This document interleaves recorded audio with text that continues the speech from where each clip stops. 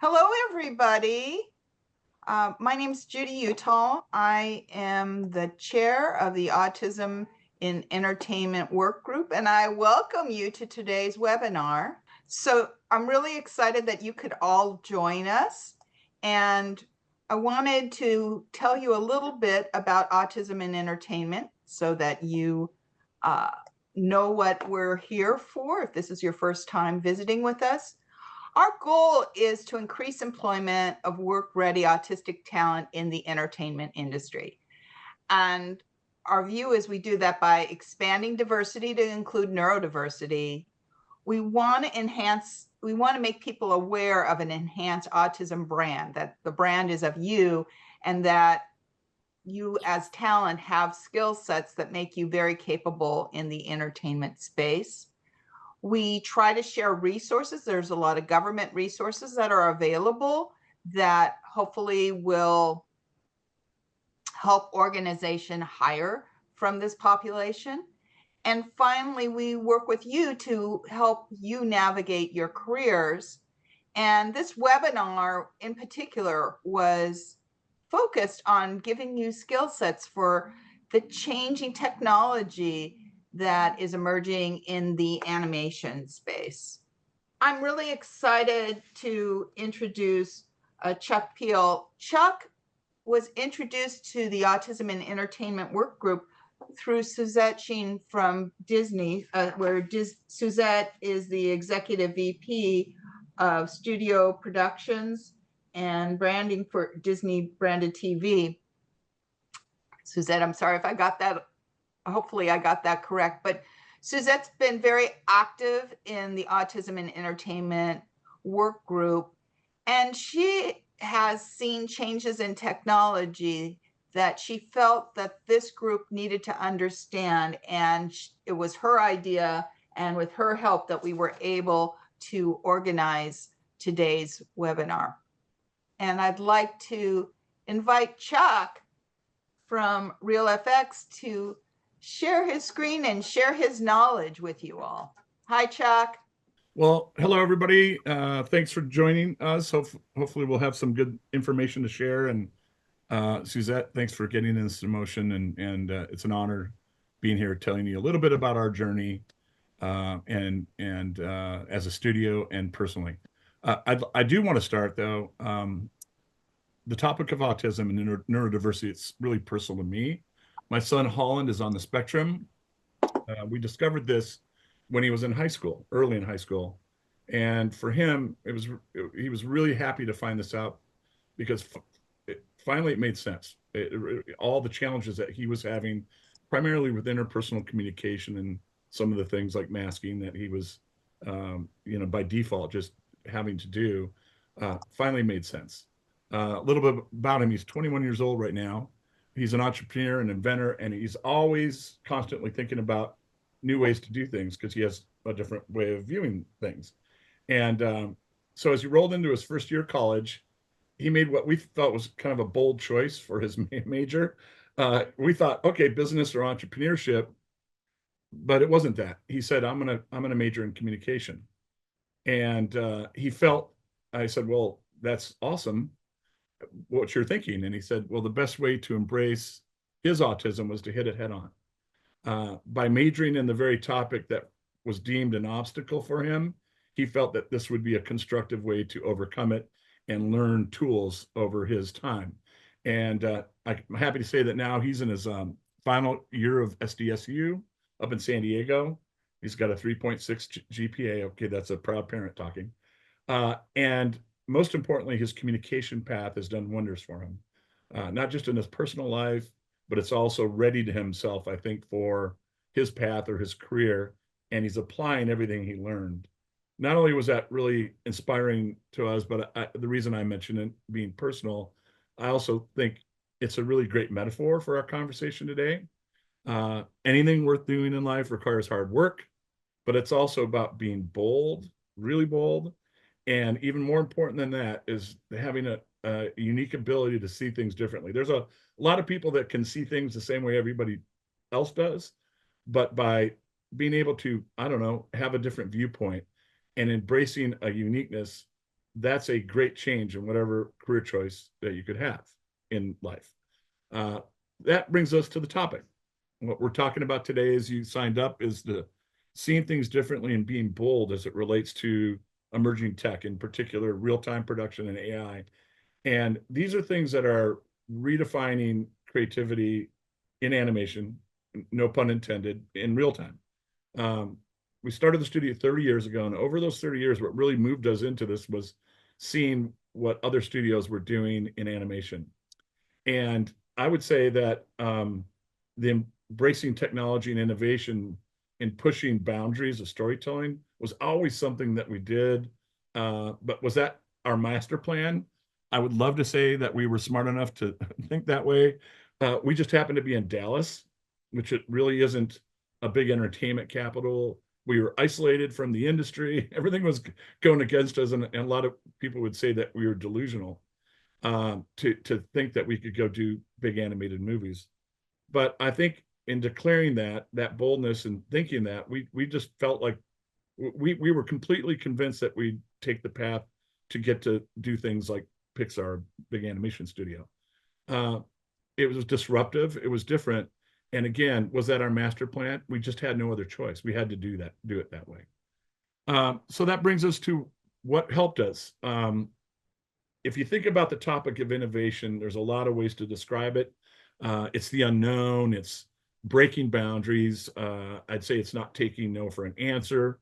And again, seeing things in ways that others don't, or get comfortable doing and just resist change. It's all about challenging the norms.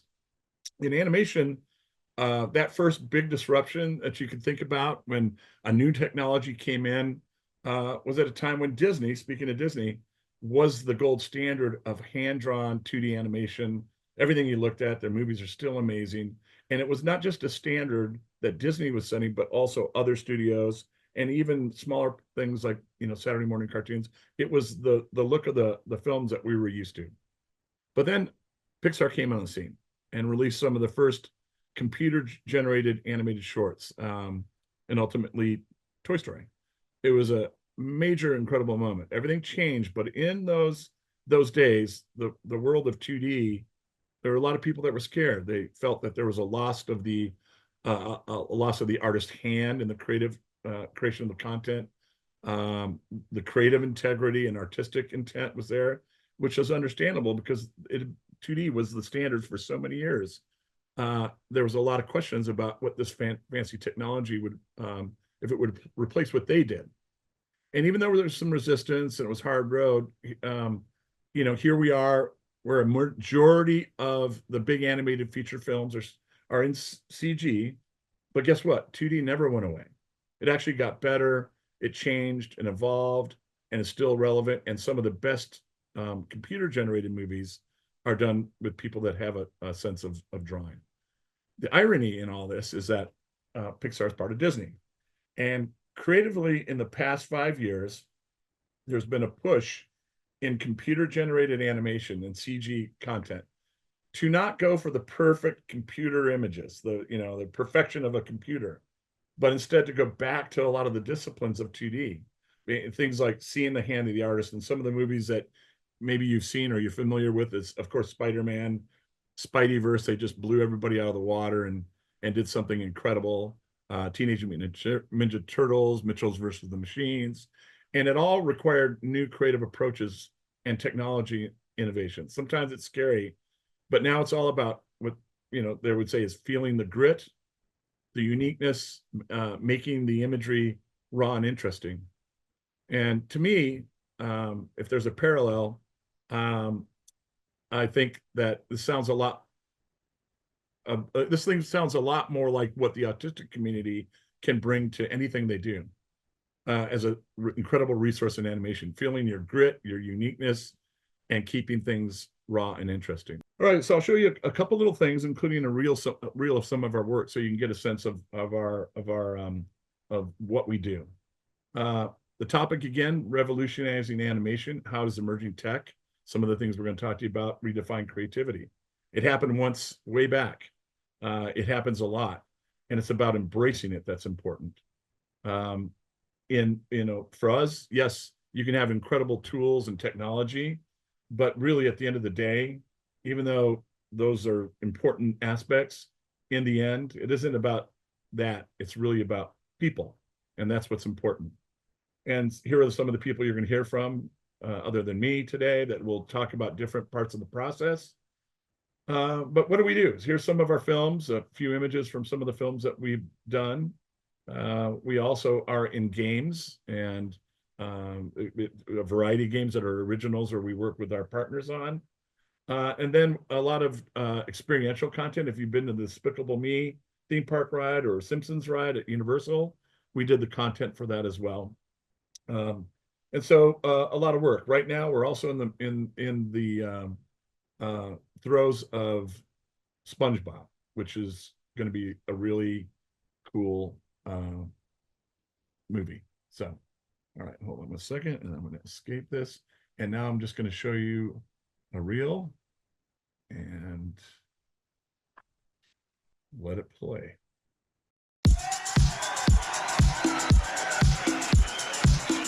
Hey baby, hey, hey, you got me feeling punch drunk, crazy. It's everything I want now, maybe. Can we do it again? If you're done, then I'll make it double up. I'll raise it. I could never figure you out. Damn. Your blessings, all I ever wanted. I'm stressed, you got me feeling nauseous. I'm stressed, you got me feeling nauseous. I'm stressed, I'm stressed, I'm stressed, you got me feeling nauseous. Wow, wow, wow, wow, wow, wow, wow, wow, wow, wow, wow, wow, wow, wow,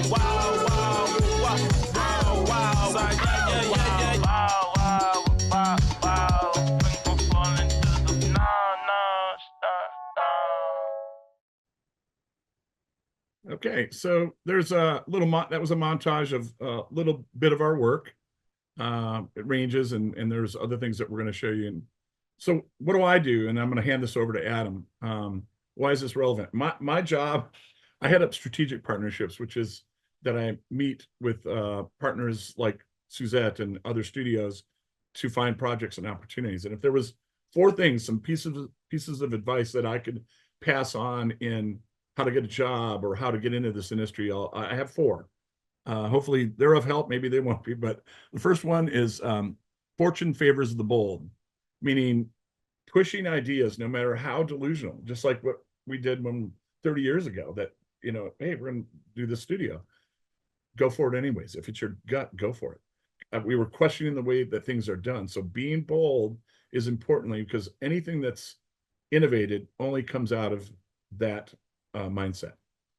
Second thing is embrace your uniqueness.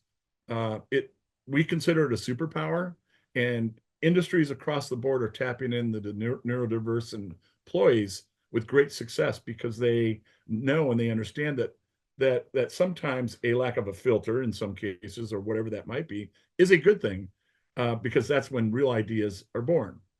The third one I'd say is network.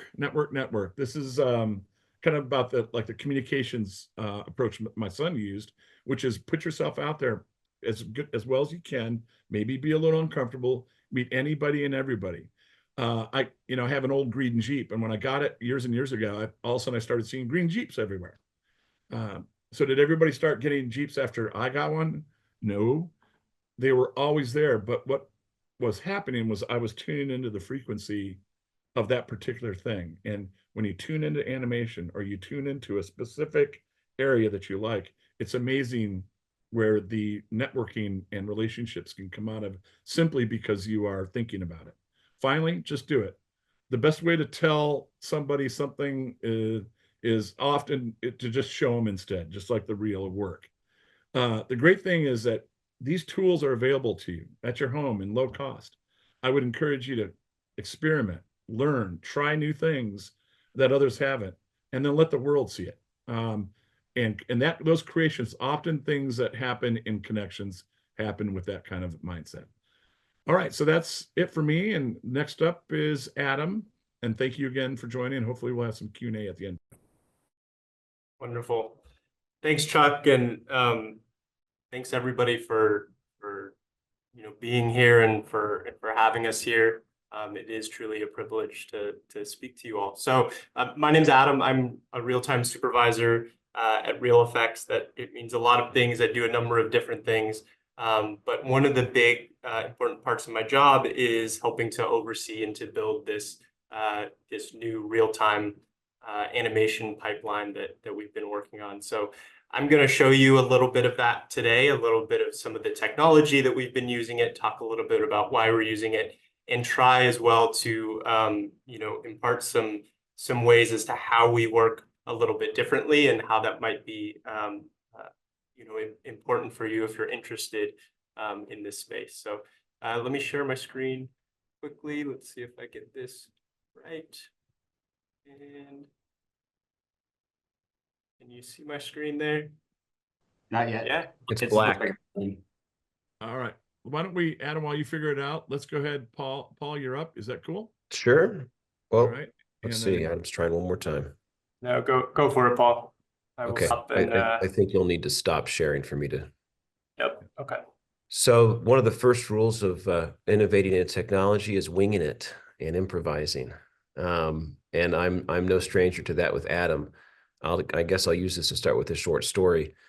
When we first started with RealFX, we had a notable director on set for a virtual production shoot in LA, and it was very high pressure.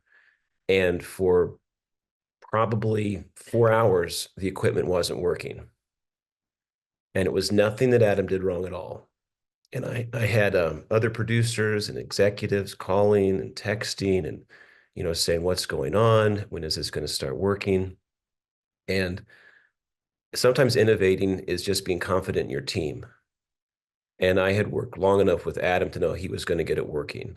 And sure enough, he got it working by noon and we made our day. So I think that's a critical part of this process is once you've put the planning in place, you have to have some faith and trust that it's going to work out. Even if there are some kinks in screen sharing or more catastrophic issues come up. But is my screen sharing work? Can anyone tell me? Yes. All right. Yeah. Great. Yes. Okay, I'm going to try and do full screen and see how this works here. Here we go. Is it working? Yeah. You're Great. Awesome. So something that Adam's going to come back to later and get into great technical deal with all of you is the show that we produced for Netflix with RealFX was Supergiant Robot Brothers.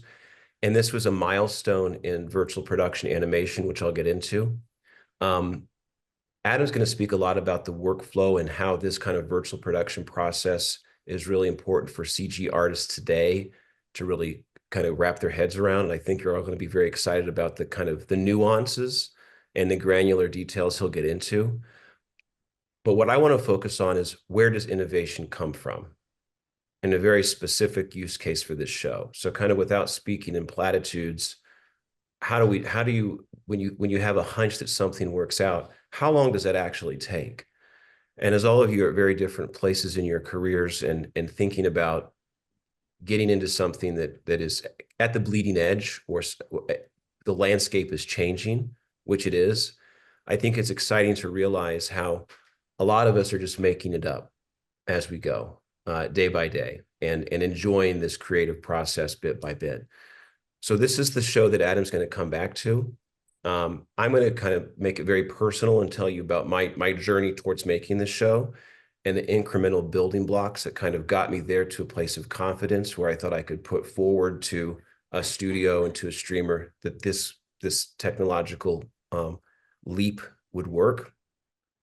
And on another personal level, to kind of echo Chuck, years ago, in my mid-20s, when I was just trying to break into the industry, to pay the rent in Los Angeles, I had the opportunity to work with children that were neurodiverse, that were on the spectrum, as a cognitive behavioral therapist. And I can tell you, I learned a lot more from them than I was able to teach them. That's for sure. It was an amazing process. And to this day, I've stayed in touch with some of the families. And in fact, I told the team I was going to have a prop. This is a piece of art that we have in our home that was done by one of the children that I worked with. And it was just this amazing kind of impromptu no that he wrote down in fury when I was trying to help him. And it was just one of the most visceral, beautiful things that I'd ever seen. So I put it on my wall, and we have it to this day. Years later, and I'll get into this, we had the opportunity with 20th Century Fox to work with exceptional minds and bring some adults that were neurodiverse onto some studio feature films. And that was an interesting process in navigating with people that hadn't worked with this population. Is this going to work? And it was just lucky that we had the background. I said, yes, it is going to work. This is going to be great. And it did work. So to kind of zoom back on a very personal level, just to kind of put the pieces together on this journey towards innovation.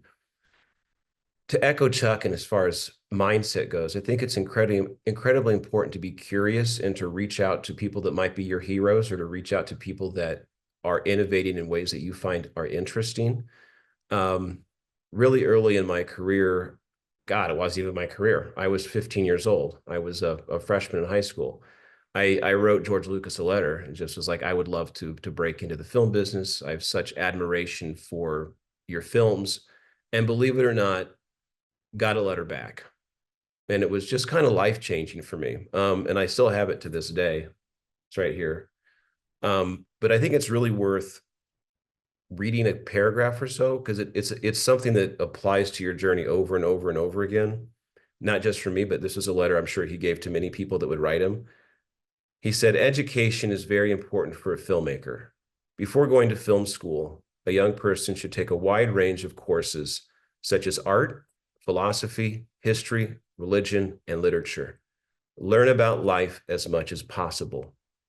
Upon entering film school, one of the most important classes is writing. And then later on, he said, experience is the best teacher. If you have a strong desire for a technical or filmmaking career, then get some experience. Make films or videos, work on your film's friends, donate your time. And it's just priceless advice. And it's kind of what Chuck was saying as well. And I just hit the ground running after that. Started making short films. Here's one of my other props. This was a camera I got when I was 15 years old. And I still have it. It was one of the first mini DV cameras. And it teaches you lessons to just be making stuff with these tools that are available, whatever time you are, in this continuing ongoing journey of technological innovation. And then on the right, this is a book I would recommend to everyone that's in the field of innovation, because it can be very challenging and tough. There's other books like this as well, but it's called Let Your Life Speak, and it's about listening to the voice of vocation. And it's really about discerning how you can be useful and how that changes with each situation that you're in.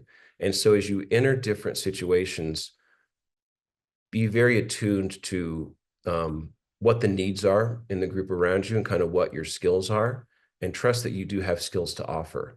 So I think that having some useful books that you have, if you want to call them self-help books or inspirational books or whatever inspires you, can be very helpful, because it can be a challenging road and you have to have kind of a reservoir of tools to keep you inspired. Just to zoom back to the history of innovation that led us to Supergiant Robot Brothers, in the mid-90s, nonlinear video editing came out, which is something you're all familiar with. So this was a building block that kind of leads to building blocks that we're going to talk about today. And it was just a transformative inflection moment when you could suddenly edit, not in a linear way, but in a nonlinear way on a computer. And this is very impactful for CG filmmaking as we know today. This is what a nonlinear editing screen looked like in 1996. It doesn't look that different today.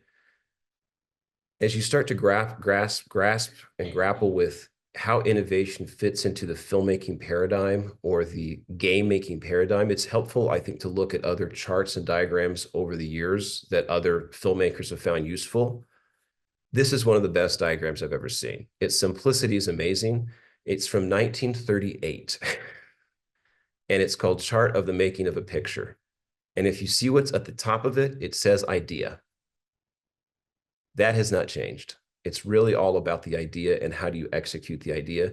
And even on this 1938 at the bottom, you see special effects. It was still there as part of this system of how to make films way back then. And it's the same with the work that we do at Real Effects. Zoom forward to 2018, many, many decades later. This was just prior to what you're going to hear about today from Adam and from Danny.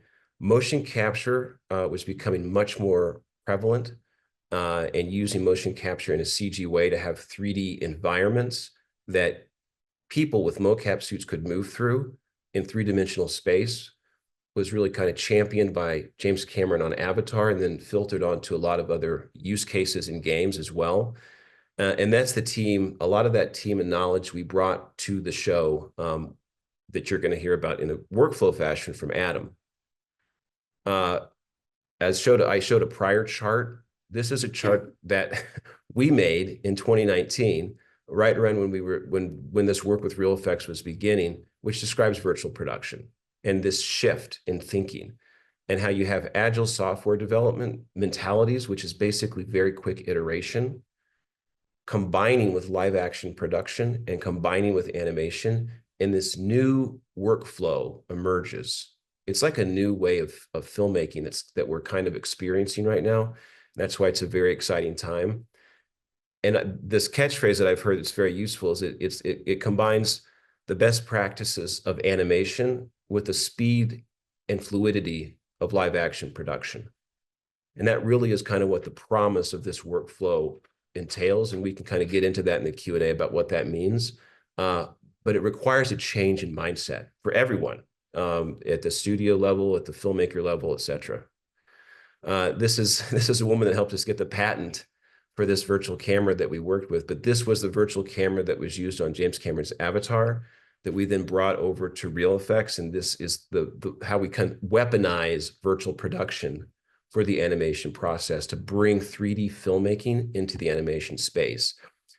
So to kind of wrap things up here, these amazing kind of prime movers in the field of huge live action visual effects. You've got James Cameron, you've got Jon Favreau doing this on Mandalorian.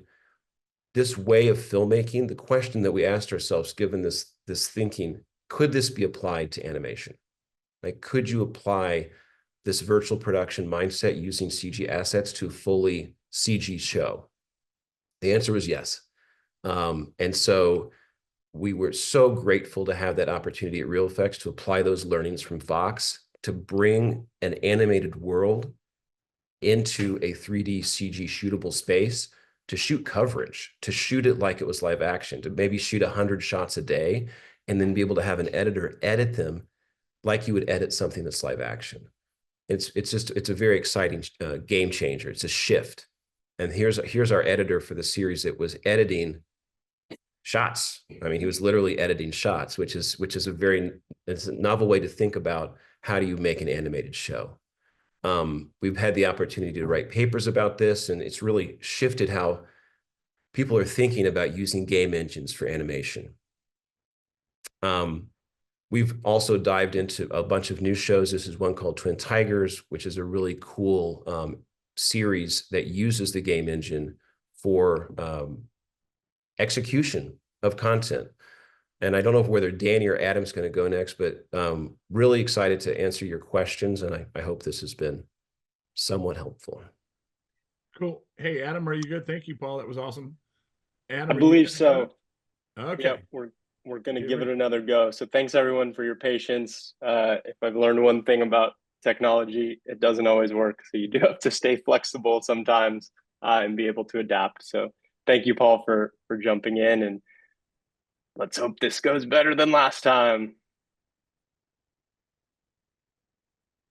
Can you see my screen? Success. Yay. All right. We're doing much better. So very quick reminder, my name is Adam. Again, thank you for having me. I'm a real-time supervisor at Real Effects. One of my big responsibilities is helping oversee the real-time animation pipeline that we've been developing. Reflex is what we've branded that kind of pipeline and workflow.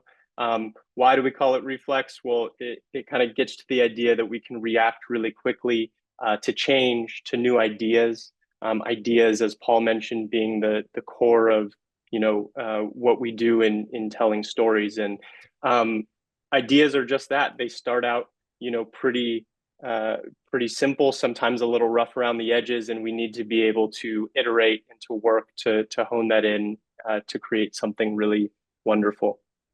And we've been able to do that. We've created some really amazing shows. The two images in the middle that you see are from a show on Netflix of ours called Supergiant Robot Brothers. Check it out. It's a lot of fun, fast-paced action, a lot of comedy, and a really dynamic show in the way that the camera moves and the pacing. And then we've been exploring other styles and, dabbling in feature films and other short form content and previs as well, which we'll be talking a little bit here. So what is Reflex? What is this pipeline? Well, it's a lot of this. It's a lot of code, right? We're automating things. We're connecting work from different artists and different people. We're creating a lot of different tools. These tools help artists work more efficiently, help automate tasks so that artists can really focus on the art, on the craft of the whole thing. It's a bit of this as well. It's a bit of workflow. It's a bit of how do, things go from one thing to the other, figuring out, what the process is. And then it's a lot of this. It's at the end of the day, working with a bunch of really talented people who all have different perspectives, who think differently, to tell great stories. So why create this new thing? Why use this new technology? We've got a fantastic pipeline. We've been making films for a while now. I think Chuck touched on it a bit, but we want to continue to innovate as a studio. It's in our nature. It's in our blood to kind of get out there, try new things, try different things. There's new emerging technology that we've been able to use, such as real-time technology.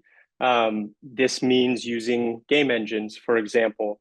We use Unreal Engine to help us render things really, really quickly. And that means, real-time renderers are able to produce images in a fraction of a second, whereas a traditional render, and traditionally what we do, it might take hours to create a single image, a single frame.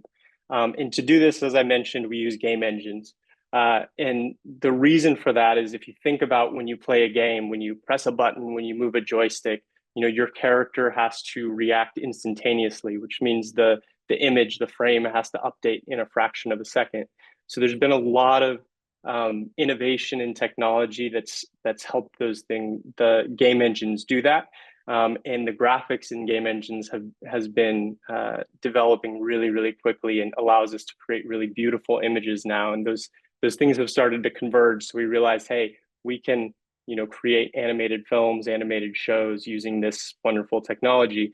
And the speed of it is really beneficial. It allows artists to work faster. It allows us to save money.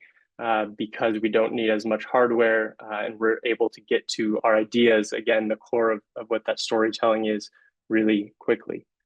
Game engines work differently than a lot of the software and technology that we're used to using. And that's true a lot of times when you introduce new technology, right? That's true with what we're seeing with AI, for instance, or with new technologies that don't exist yet that are going to come in the future. And we want to be able to adapt to that.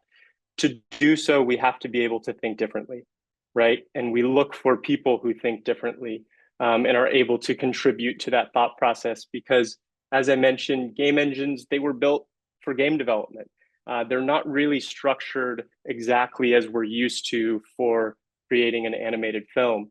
And so to be able to use this software and to be able to use it to its full potential, we have to think differently about how we use it and think differently about how we use go through the animation process. So I'm going to talk a little bit just briefly about how we do some of that in our pipeline and in our process and how we did that on that show I mentioned called Supergiant Robot Brothers. The first section I'm going to focus on is called story capture. This is also called previs sometimes or layout. It's the idea that we're taking these written words on a page, we're taking a script and we're trying to turn that into a story.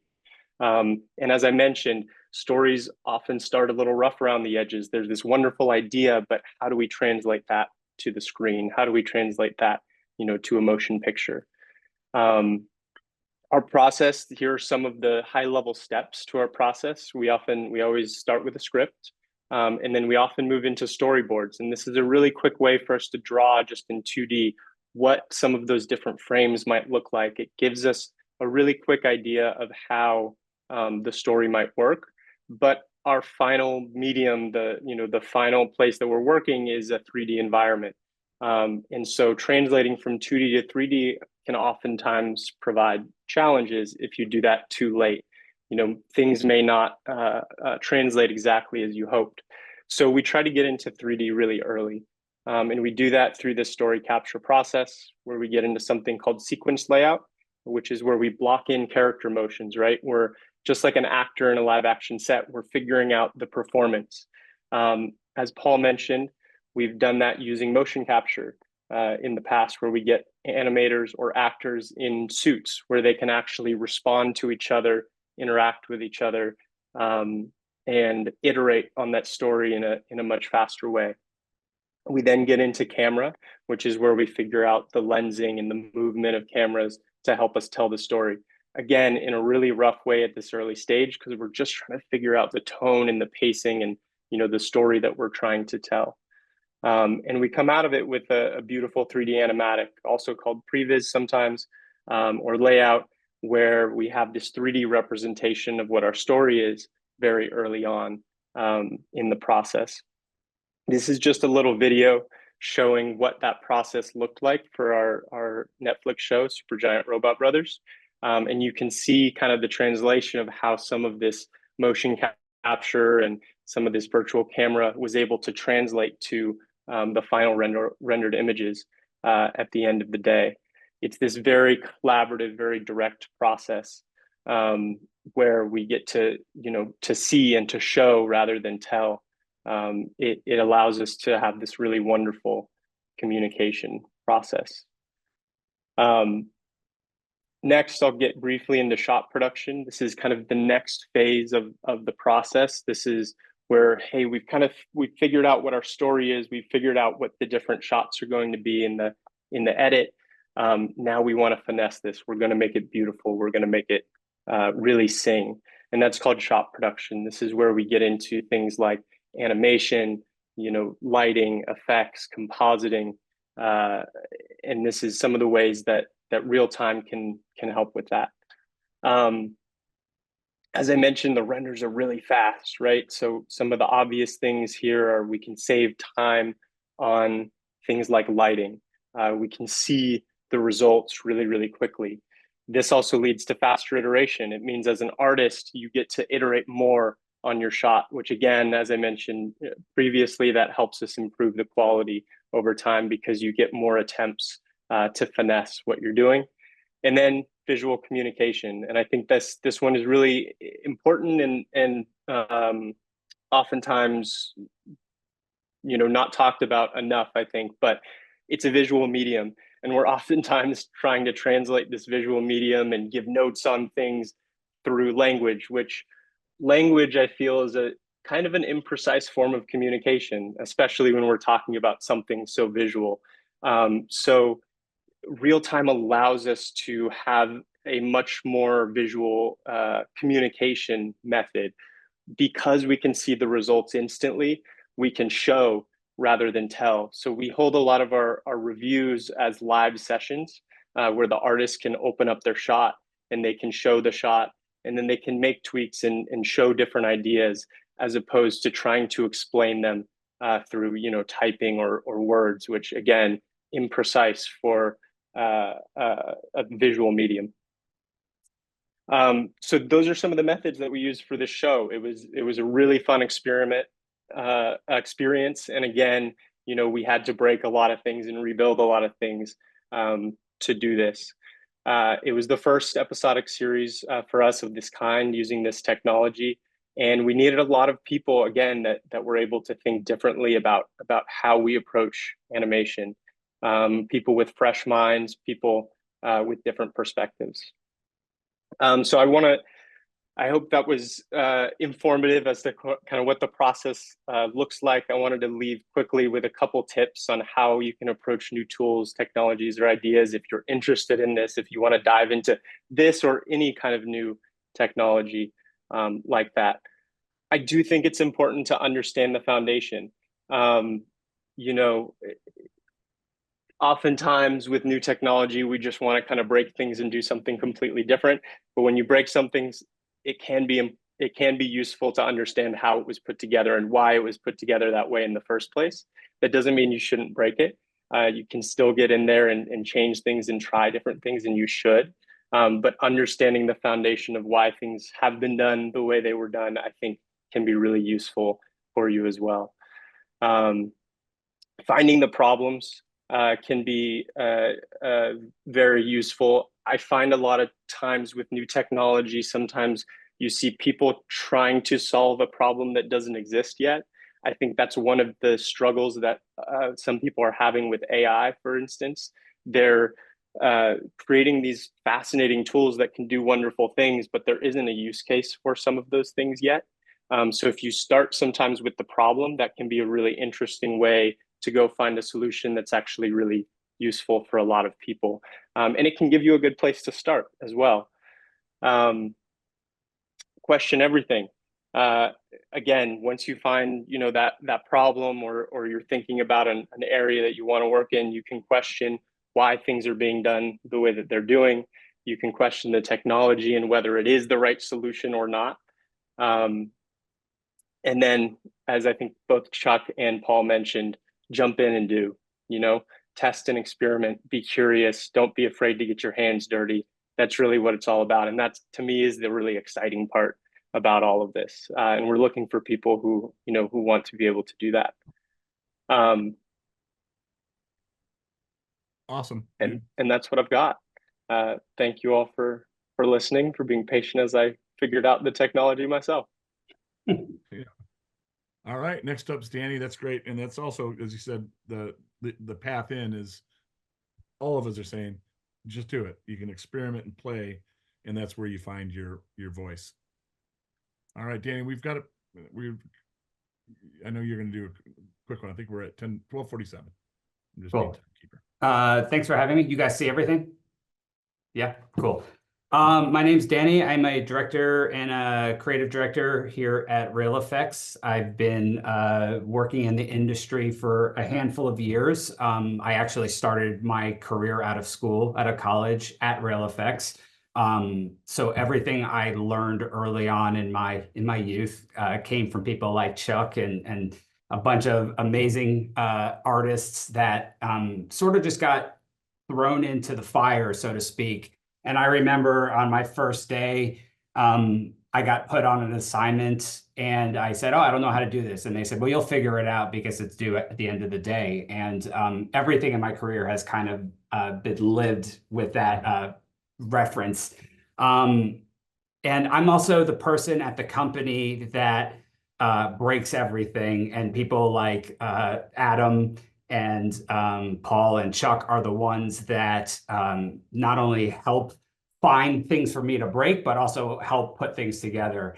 Since I was a little kid, I've always had a very wild and active imagination. And I found that in art, in film, and in music, I was with like-minded people, which was really exciting for me. And that's the part of my job that I love the most, is that I'm around people that don't stop thinking, don't stop breaking things, don't stop coming up with ideas, even when people say to stop. And that's what makes a good director, a good creative director, and a good studio. So I'm just going to show a couple behind the scenes images of fun stuff that I got to play and draw and make with all my friends at the studio. You know, part of every project that comes in, when it's from Chuck and Paul, they'll bring it and they'll say, we're working with a director, or you're directing this, and we need to do something different and break the mold. And that's where myself and the team comes in, is to throw ideas out and do things that haven't been done before, and then sit with Adam and the team and say, okay, how do we do this? So we got a really cool project that involved a lot of hand drawing and painting. I went to school for that. I still love to do that. I'm an old dude that likes making things with my hands still. And so how do we take that and then apply that into technology? So like usual, modeled some stuff, but we wanted to make it feel, I wanted to feel the thumbprint on it. I wanted to feel the artist's hand in it. So we started to paint stuff for texturing. You could see it starts to come to life, comes to life. We started to draw, we started to make loops and splatter paint and scratches, and we would film a bunch of stuff and made a bunch of references. Had a bunch of amazing artists that started doing some mock-ups and throwing things together. And you can see the process here, hand-painted 3D textures. We did hand-painted rim lights where somebody was going in and painting with acrylic paint. We did hand-drawn lines. And then we started to take that and we fed that to Adam and the team, and they started to do machine learning. They were like, okay, I could see what all the artists are doing on paper with acrylic paint and pencils and with markers. Now let's use the computer to figure out how that works, why they're doing what they're doing, and let's start applying that to our animation. And then we start to take all of those pieces and start to put them together and coming up with different looks and figure out how do all of these things work. So we'll always do what we call wedge tests, where we're just exploring lots of different ideas, playing with all the different layers. I always say that you need to cast a really wide net before you could hone in. You got to throw a lot of stuff at the wall. Most of the stuff won't stick.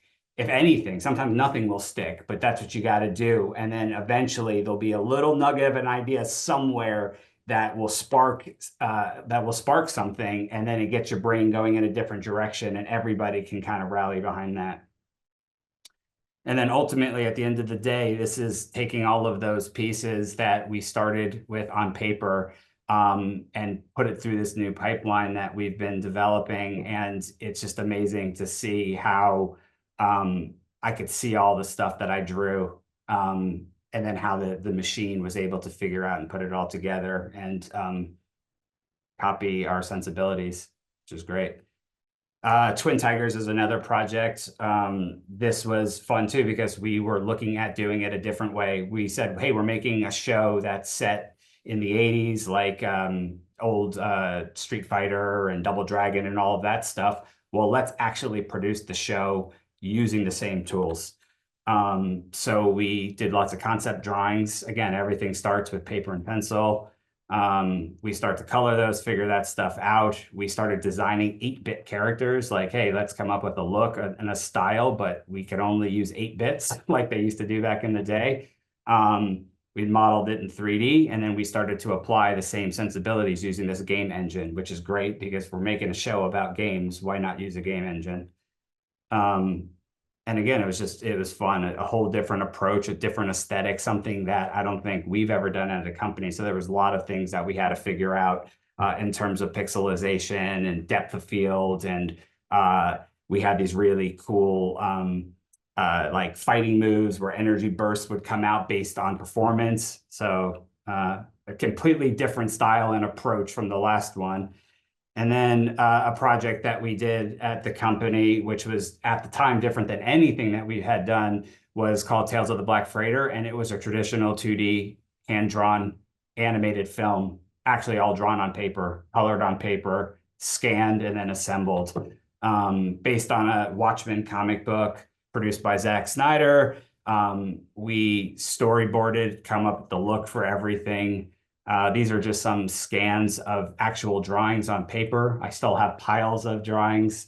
And it was really cool because at the time that we were doing this, everybody in the industry, for the most part, was starting to lean away from traditional filmmaking methods in terms of like 2D and going more 3D. And we wanted to go back old school. So we referenced a lot of great 80s EC comics and a lot of our favorite stuff growing up as kids, and made sure to approach it in that way. And then we did a lot of 2D backgrounds that we painted, and then we brought in and then composited everything together. So for me, it's really exciting industry because it embraces everybody. and it embraces everybody's mind. And the more you put into it, the more you get out of it. And the way you get more out of it is by not stopping. My brain doesn't ever stop. My wife sometimes in the morning will say, man, you were working really hard in your sleep last night. My brain is always going, and I'm always thinking about stuff. And I love doing it. And I love working with people that feel and think the same way. And I like having somebody question what I'm questioning. And then you just kind of go in this spiral. And that's how the industry changes and evolves and becomes better each day. And, you know, if you're not one step ahead, you're behind. So yeah, that's me in a nutshell. Thanks, brother. Yep. Well, I loved one thing that you said, which was you got to break things before you redo them. And that's the beauty of it, which is there's permission to challenge it. So I know we're open to any questions. Fire away. Again, thank you. We've been trying to answer some of the chats. So.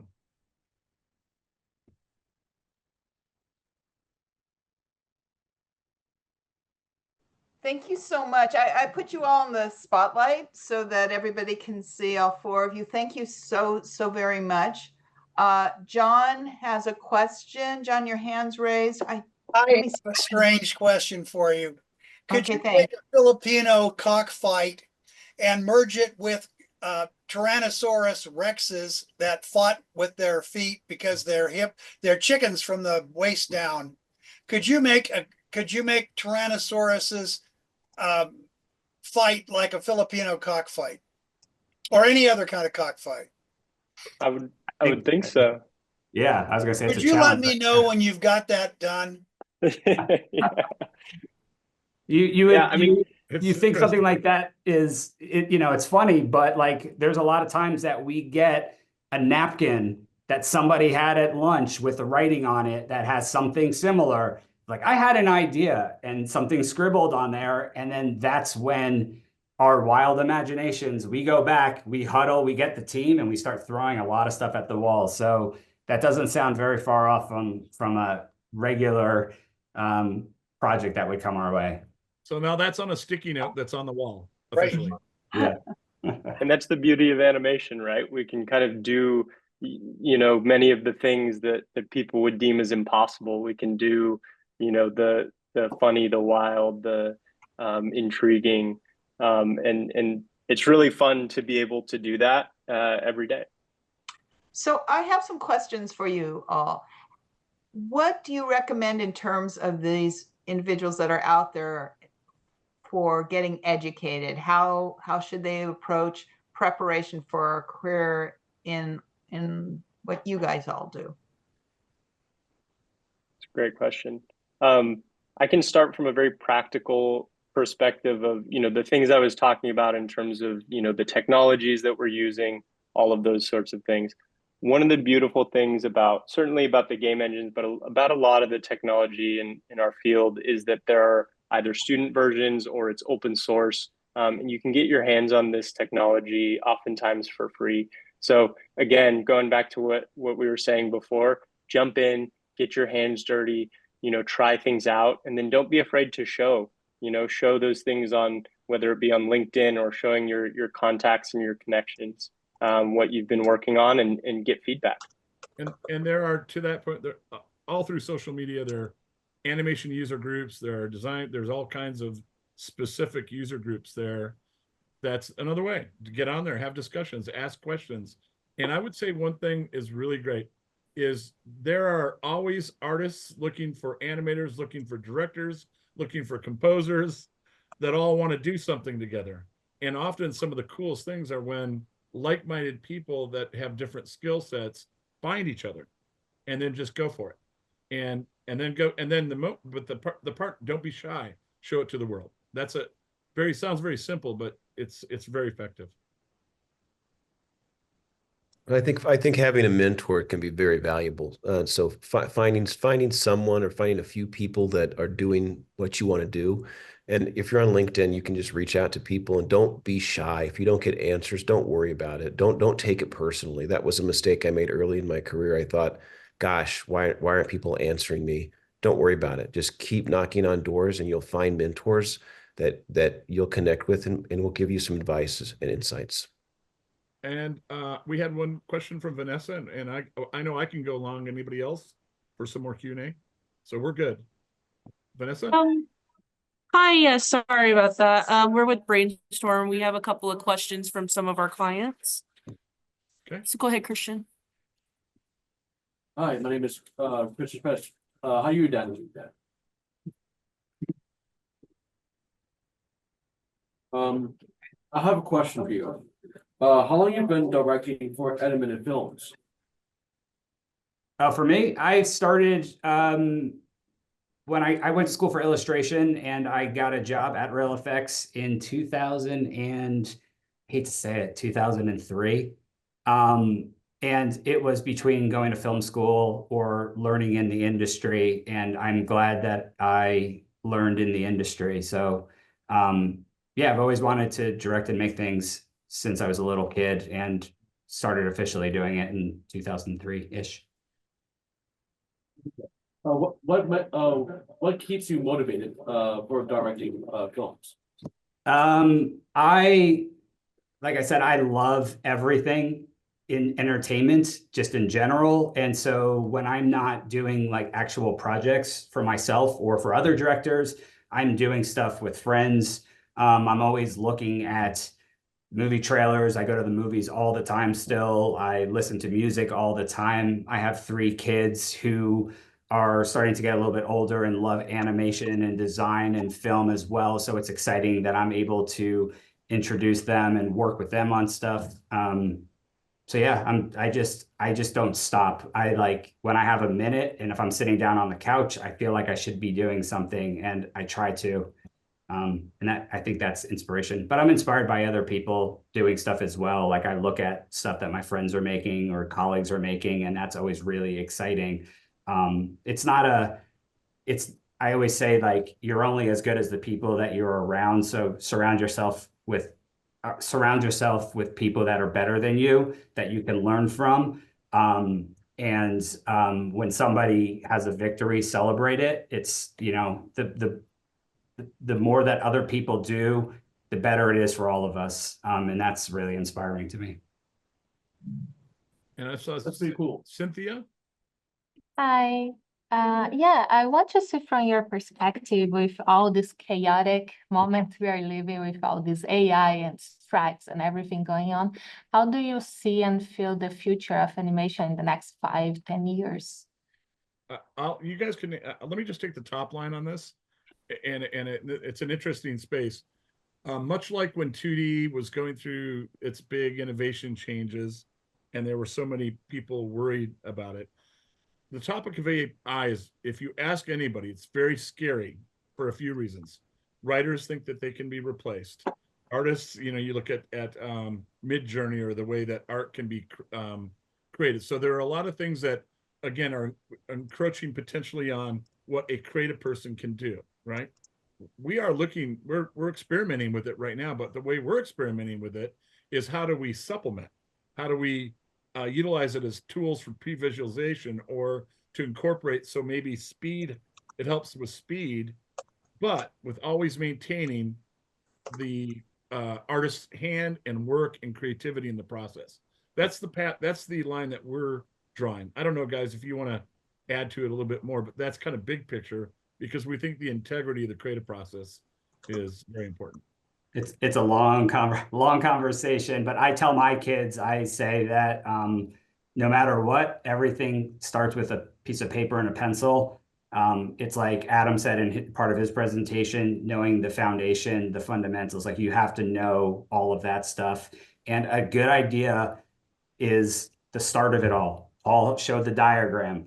Where did it start? Idea, you know, and a good idea will always come from somebody's head. And then you just figure out how to facilitate tools to help support all the crazy stuff that you're coming up with. But it's always going to start with your idea and your paper and pencil, and then it's going to branch, and everything else will help build it. Yeah, and I think it's worth noting that, you know, things like the way that AI works is, it's really, I think I heard somebody describe it well the other day. It's more of a crafts person where, you know, it takes in a lot of data and it's able to emulate and kind of copy that in a way. And so really, you know, the art of storytelling, the art of animation, I think is always going to be around. I think it's fundamental to, you know, storytelling is fundamental to who we are as human beings, kind of reflecting on the human condition. Computers can help us to tell those stories, but I don't think it can tell those stories from a human perspective. What AI will likely do is help accelerate some of the, you know, the more tedious tasks and those sorts of things. But there's, you know, always going to be fear, I think, around those things, and they do need to be used responsibly. What I would say is, you know, get yourself familiar with AI and, you know, the tools that are out there. That can help, I think, ease some of the fears and help you understand, you know, how these tools might develop in the future and how they might help your art, or places that they won't help it as much. Thank you very much. Oh, Chuck, you're muted. Muted. We have a question from Josephine, and Stephen, I'm responding to yours in the chat right now. Yes, I saw it. Thank you so much. Yeah, I will make connections to Paul. Yeah, thank you. He has autism, and so he had difficulty like making connections in his group in the school campus. Like they have animation group, but manga group, but he said, oh, he doesn't like manga, only like animations. He like Spider-Man, those things. So sometimes he have difficulty joining the clubs as on campus. Yeah. Thank you. I would. Yeah, reach out to me, and there certainly are you know, neurodiverse individuals that have been successful writers. That's for sure, in our generation and in prior generations. And I think that he can offer a unique perspective. So I'm happy to connect with you about that. Thank you. You're welcome. All right. Anybody else? Yes, thank you. Thank you. I know nothing about this, or very little, but I run a job club for autistics. I am autistic. I discovered that in my 60s. I'm a voc rehab counselor, special ed teacher. I run autism job clubs, and thank you very much. I've got a couple of, well, at least one fellow who's doing animations of logos, and I'm not sure if I can apply this, but I'm sure going to I'm sure going to try. And thank you very much. It helped me a lot. Wonderful. Thank you, John. Yeah. You're welcome. So Judy, it's Suzette. Please, Suzette. I just want to thank the Real Effects team, Chuck, Danny, Adam, and Paul. Thank you for sharing your passion for the technology and all the fabulous work you've done and inspiring all of the talented people we have on this call. So thank you so much for your time and your energy here. And thanks to Judy for bringing it to the autism and entertainment community. Thank you, guys. Thank you so much. If there's any other questions, for having us. any other questions that can go through Judy or ever, we're happy to answer them again at some point. So, all right, keep at it. Be bold. Go for it. Yeah, thank you, everybody. Thanks again, Suzette and the Real FX team. And we wish you a happy holidays, everyone. Keep an eye on your email and social media to see what else is happening. Thanks again, and have a really wonderful afternoon. Bye. Thanks, guys. Bye-bye. Thank you. Thank you.